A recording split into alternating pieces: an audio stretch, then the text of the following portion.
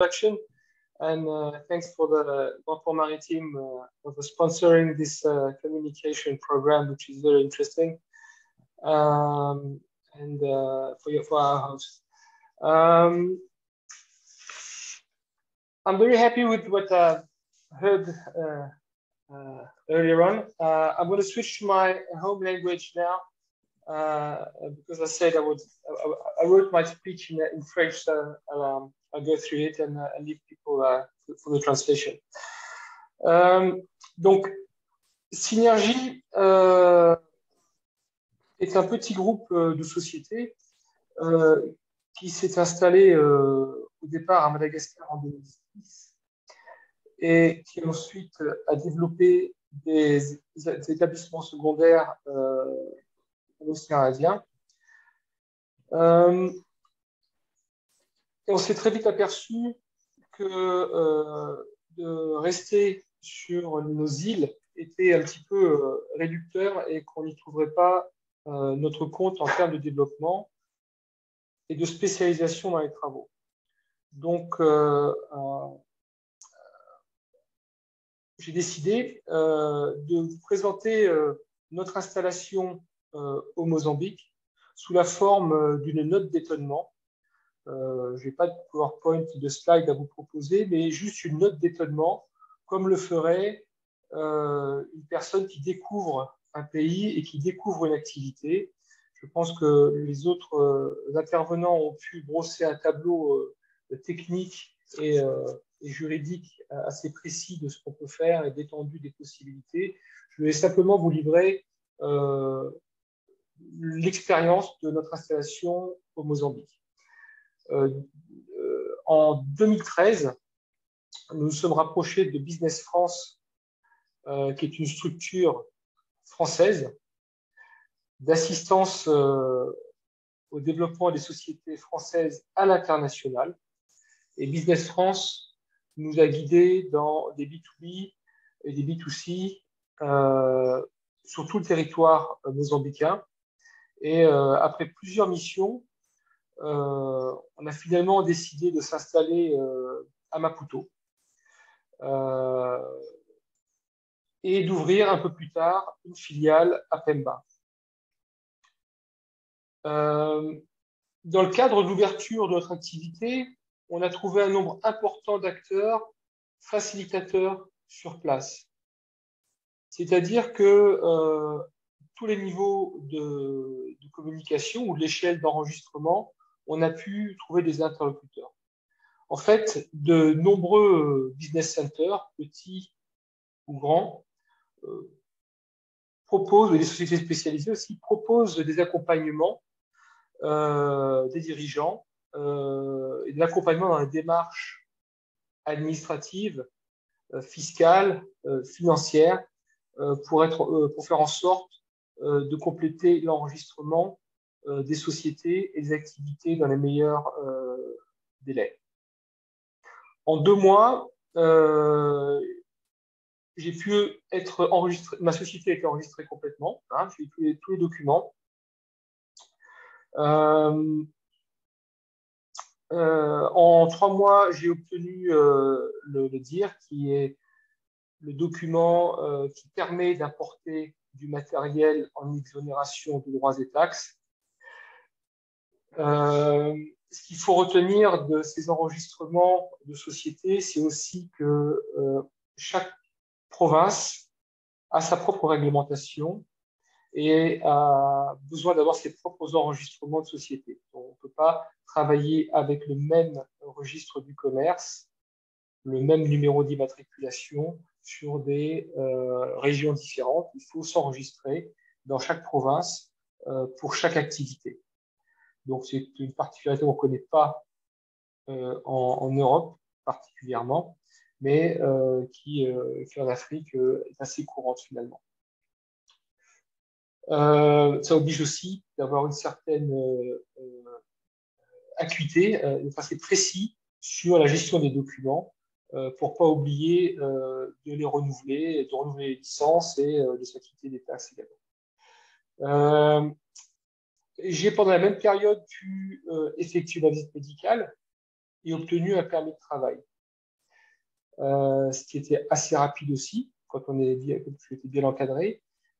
Cette procédure est obligatoire pour travailler dans le pays et a son importance pour rentrer et sortir du territoire assez facilement, en tout cas plus facilement que de prendre un visa touristique à chaque fois.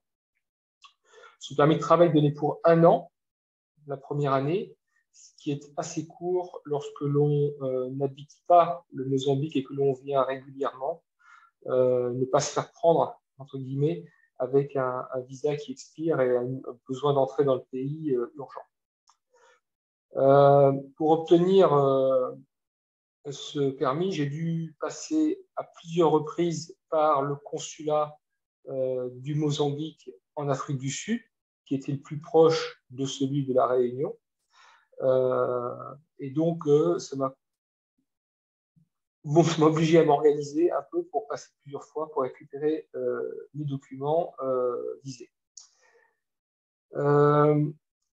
Les formalités classiques d'entrée sur le territoire sont assez laborieuses et c'est essentiellement dû, d'après mon expérience, à la rotation incessante des agents de la police aux frontières qui changent régulièrement et du coup, l'entrée sur le territoire peut prendre entre une demi-heure et 2 heures, ce qui est un petit peu long et il faut s'y attendre et avoir tous les documents bien préparés en amont.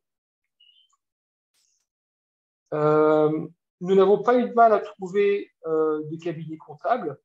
Il en existe plusieurs, il y a de nombreux petits cabinets comptables qui sont largement suffisants pour des PME ou des TPE, des très petites entreprises ou des petites et moyennes entreprises. Mais finalement, tous les grands groupes internationaux sont représentés au Mozambique et à Maputo. Donc, on peut très bien garder le même standard de qualité comptable au Mozambique que ce que l'on peut avoir ailleurs dans d'autres pays, ce qui est tout à fait engageant. Pour ce qui est des banques, on a eu pas mal de surprises, tant sur que ce soit pour les banques locales ou les banques internationales. On a eu beaucoup de surprises, tant sur la qualité de service que sur les frais de gestion. On peut avoir des frais qui sont arbitraires et aberrants pour certaines prestations, avec peu ou pas de recours possible, ce qui est très frustrant parce qu'on a le sentiment d'être spolié et aussi de ne pas avoir d'interlocuteur. L'information est diluée et c'est très compliqué d'obtenir des informations précises sur où est l'argent, pourquoi telle commission et pourquoi tel délai. On a trouvé ça très compliqué, un peu plus compliqué que dans d'autres pays, mais finalement, vraisemblablement, le service s'améliore.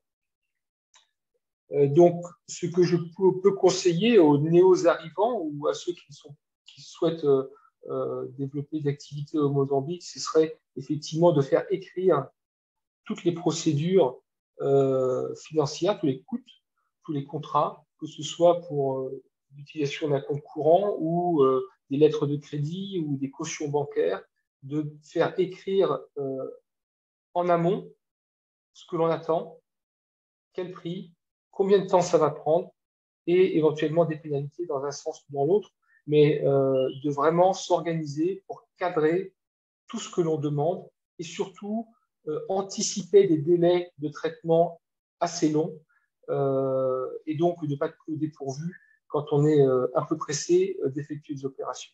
Voilà. En ce qui concerne la finance, pour ceux qui ne sont pas au courant, il y a une withholding tax au Mozambique qui est de 20%. Et donc, pour sortir de l'argent, on est obligé de déposer 20% auprès des services de l'État pour après pouvoir envoyer la somme qu'on a décidé de pouvoir envoyer. Donc ça prend un peu de temps. Il faut s'y prendre aussi à l'avance pour ne pas être pris au dépourvu. Au niveau des ressources humaines, En arrivant, j'ai été très, très agréablement surpris par la variété des profils et la richesse de caractère des personnes que j'ai pu rencontrer. Très, très agréable, des personnes très vivantes, pleines de projets, multitâches. Euh, c'est quelque chose d'assez rare pour le souligner. Alors, au niveau des formations, j'ai pu constater que, dû au fait de l'ancrage marxiste-léniniste du régime post-colonial qui a été repris suite à qui a été établi par Samora Machel du Frélimo à partir de 1975, des liens très forts ont été créés avec l'URSS et les pays de l'Est de manière générale. Ces échanges ont permis à toute une génération de jeunes Mozambicains de se former et surtout, je pense, ça a laissé dans le pays une trace, une culture de l'enseignement, une culture de la culture, on va dire, une culture de la culture, et donc des gens qui sont intéressés par le savoir et par la connaissance. On a pu nous recruter dans notre entreprise plusieurs personnels qui parlent français couramment, qui parlent plutôt très bien français. On a pu aussi travailler avec une hydrographe qui a été formée à Pays de l'Est et puis avec quelques stages aussi en Afrique du Sud, mais des profils qui sont plutôt agréables et vraiment des très belles personnes. Voilà, donc ça c'est pour la qualité de la formation et du personnel. Ensuite, sur le local content, le contrat, comme d'autres personnes ont pu le préciser avant moi, le contrat social est un peu flou. C'est un peu flou, effectivement. On ne sait pas vraiment où on va. Ce qui est certain, c'est que c'est un peu comme en Afrique du Sud avec le BEE. Il faut que faut procéder à des emplois locaux, 1 pour 10. Donc, un emploi local pour 10 emplois locaux pour un emploi expatrié. Et que c'est un ratio qui semble honnête quand on a une activité dans le bâtiment ou dans la construction de manière générale, mais qui est beaucoup plus difficile à atteindre quand on travaille dans le service ou que l'on travaille dans les activités à forte valeur ajoutée ou à forte technologie ou à forte technicité. Là, c'est un peu plus difficile de trouver les bonnes personnes et on se bagarre un petit peu.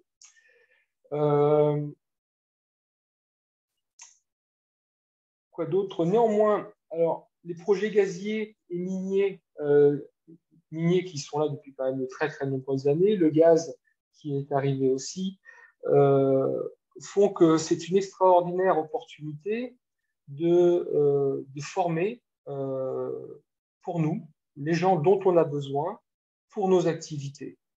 C'est vrai que s'il n'existe pas en tant que personnel disponible sur le marché du travail, il faut qu'on les forme nous.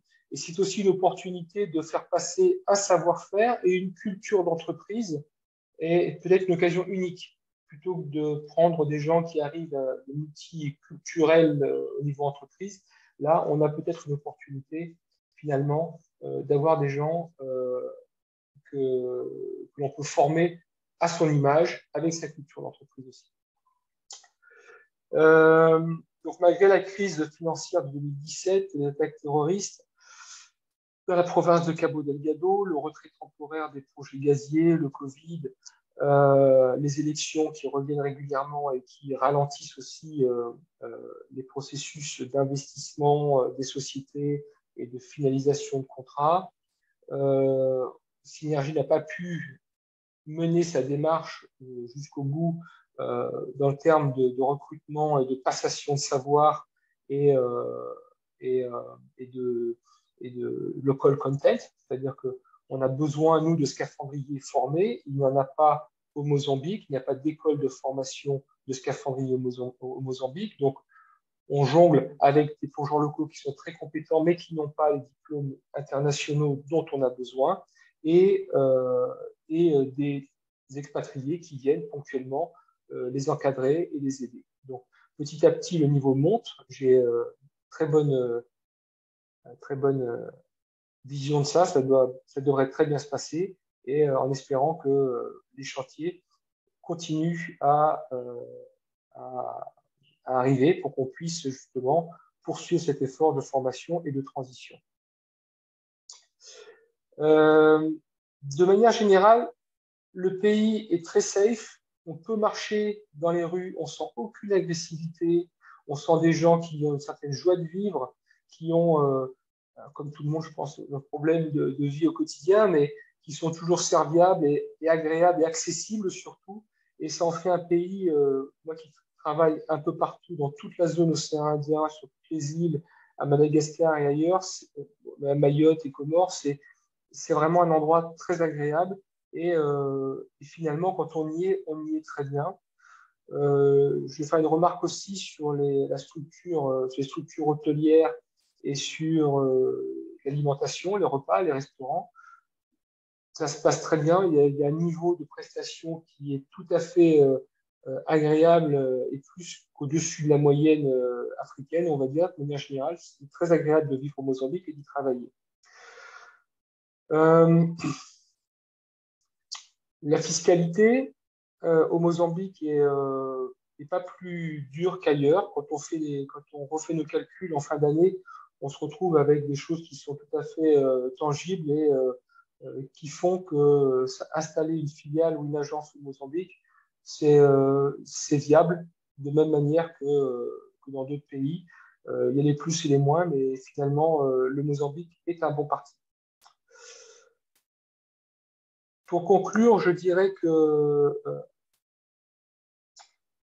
le pays est amené à se développer. Hein. On est tous bien au courant de ce qui s'y passe et du potentiel.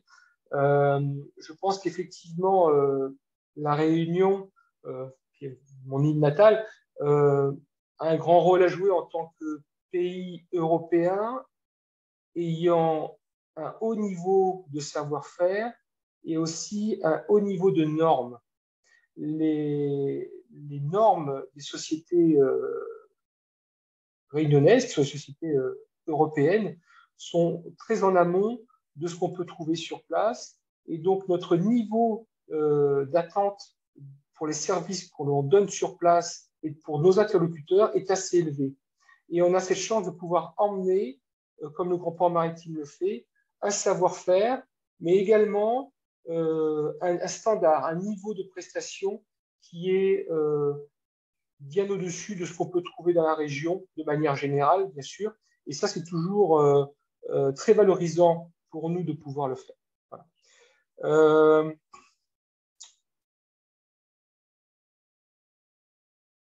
Voilà, je crois que c'est tout, à peu près. Je suis à votre disposition si vous avez des questions quelconques concernant cette approche sommaire, mais juste, me semble-t-il, de mon expérience.